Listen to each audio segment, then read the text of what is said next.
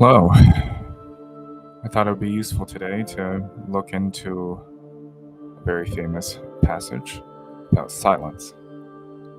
It says in the Ethics of the Fathers, Pirkei Avos, Shimon his son says, "All my days I have grown up among the wise, and I have found nothing better for my body than silence. That is, hearing myself shamed and remain silent. And it is not the expounding which is primary, but the act.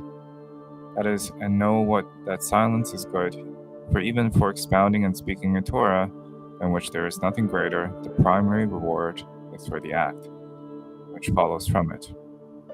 If one expounds and does not act upon what he says, it would be better if he remained silent and did not expound. All who increase words bring sin. And thus we find with Eve, who increased words, saying, God said, you shall not eat of it, and you shall not touch it. She added touching, which had not been forbidden to her. And the serpent pushed her until she touched it. And he said to her, just as there is no death in touching it, so there is no death in eating it. And this led her to sin by eating from the fruit. As Solomon says, do not add to his words, lest he reprove you, and you be proven false. So this is the Torah cautioning people from speaking extra words. These extra words may prove false, and the falsehood may lead to, God forbid, retribution, or at least negative consequences, or simply be proven false. As in the case with Eve, who was told by Adam that she would die should she touch the fruit. Well, the commandment was that she should not eat. And so the serpent pushed her until she touched the fruit, and she did not die. And so that just as the extra word, the extra speech from Adam was false, so too that she led to falsehood thereafter. A note about Rabbi Shimon ben Gamliel, he lived in the 1st century BCE, was the son of Rabbi Gamliel the Elder, whose teaching was given in Pirkei Avos 1:16. Was the grandfather Rabbi Shimon ben Gamliel, whose teaching follows. These were men who were part of the innermost circle of the tradition of Torah. And even him extolled the virtue of silence. In seeking wisdom, the first step, according to Rabbi Shlomo ibn Gabiro, is silence, the second listening, the third remembering, the fourth practice, and the fifth teaching others. As it says elsewhere, Pirkei Avos 3:13, Rabbi Kiva says, a safeguarding fence around wisdom is silence. Abarbanel comments that the flaw in this Mishnah are obvious. Rabbi Shimon ben Gamliel teaches that there is nothing better than silence. However, is it not true that in academia and intellectual circles, discussions, argumentation, rebuttal, and persuasions are the essence of dialogue? Presentation and rebuttal are sine qua non of intellectual debate. Similarly, the only difference between humans and animals, the former's ability to speak. How could Rabbi Shimon even thought that silence is a virtue? Furthermore, we find in the Torah that God said to Moshe, who has made man's mouth. Finally, why does Rabbi Shimon state that during his entire lifetime he has found no better thing for the body than silence? Would it not have been more appropriate if instead of body, he said person? The Rashbat writes that Rabbi Shimon ben Gamliel in our Mishnah deals with the virtue of silence. This applies even if one is provoked to anger. Although it may be difficult to do so, one should keep in mind that it is yet the better part of prudence. Rashbat's argument, this augments this premise by citing an array of examples.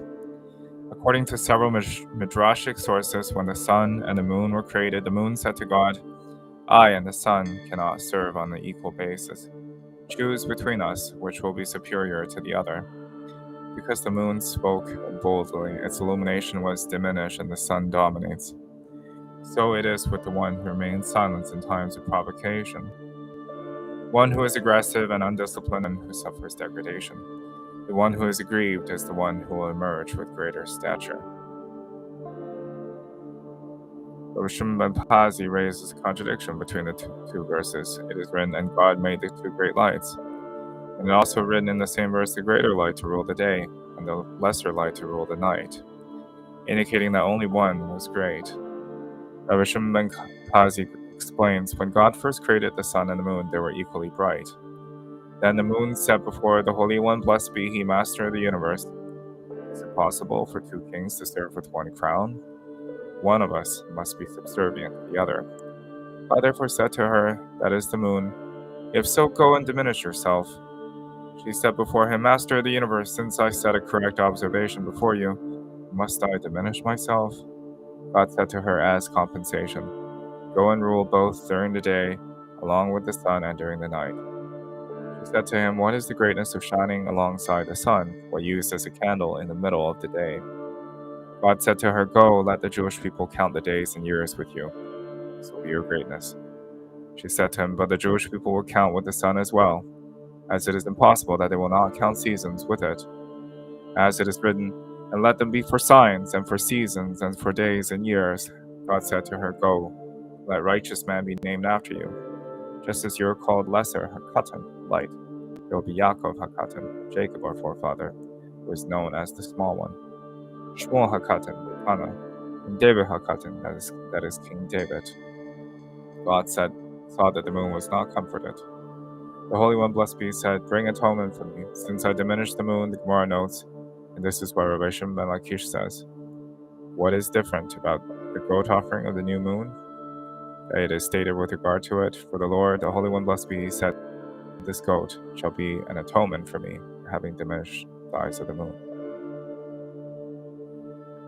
Megillah 18a 11 in the Gemara relates, Rabbi Yehuda, a man of Kufar Giboria, and some say he was a man of Kufar Gibor Chayil, taught, what is the meaning of that which is written? For you, silence is praise. The best remedy of all is silence. The optimum form of praising God is silence. The Gemara relates, when Rav Dimi came from Eretz Yisrael to Babylonia, he said, in the West, in Eretz Yisrael, they say an adage, if a word is worth one, Salah, silence is worth two.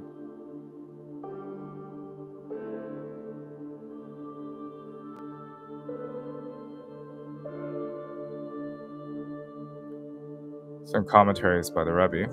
The Talmud goes even further with the amazing statement, what is man's task in the world to make himself as silent as the dumb? Obviously, one can think of many cases in which silence is advisable, but is there no greater virtue, and is this indeed the purpose of life? Essentially, the world is words, divine words. God said, let there be light, and there was light. God said, may there be a firmament, may the waters gather, may the earth sprout forth. And our world, in all its infinite variety and complexity, came into being. And as Hasidic teaching explains, these divine utterances not only caused these creations to materialize, they were and continue to be the very stuff of their existence. What we experience as physical light is, in truth, God's articulation of his desire that there be light.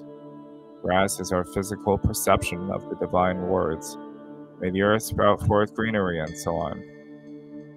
Obviously, what emanated from God's mouth was not a voice in any human or physical sense. The Torah uses terms from our experience, so that by delving into their significance, we can learn something new of how God relates to our existence.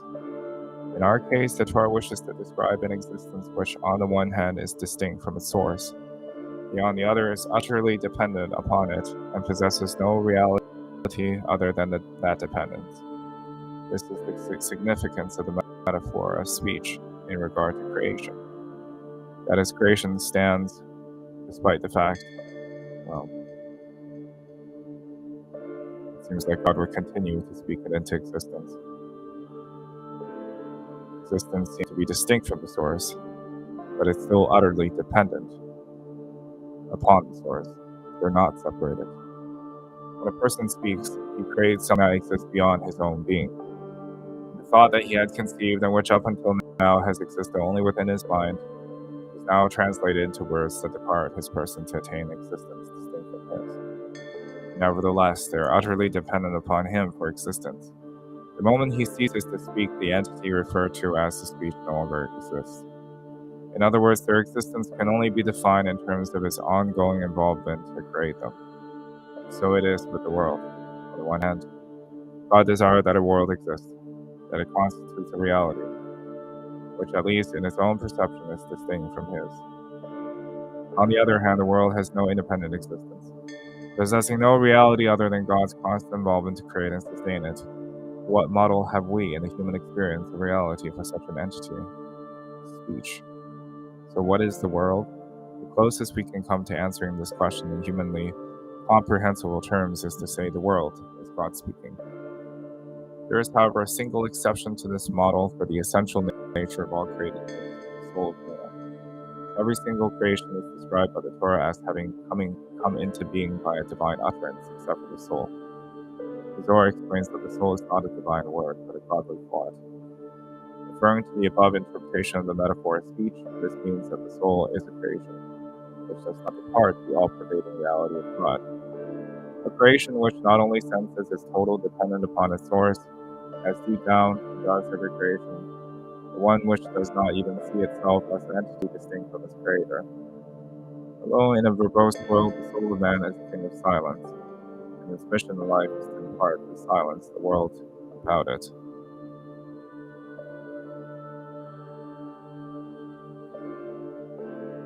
It seems like the soul has a different quality than the rest of creation. The soul is a creation which does not depart the all-pervading reality of God. A creation which not only senses its total dependence upon its source, but one which does not even see itself as an entity distinct. This is a deep part of the psyche.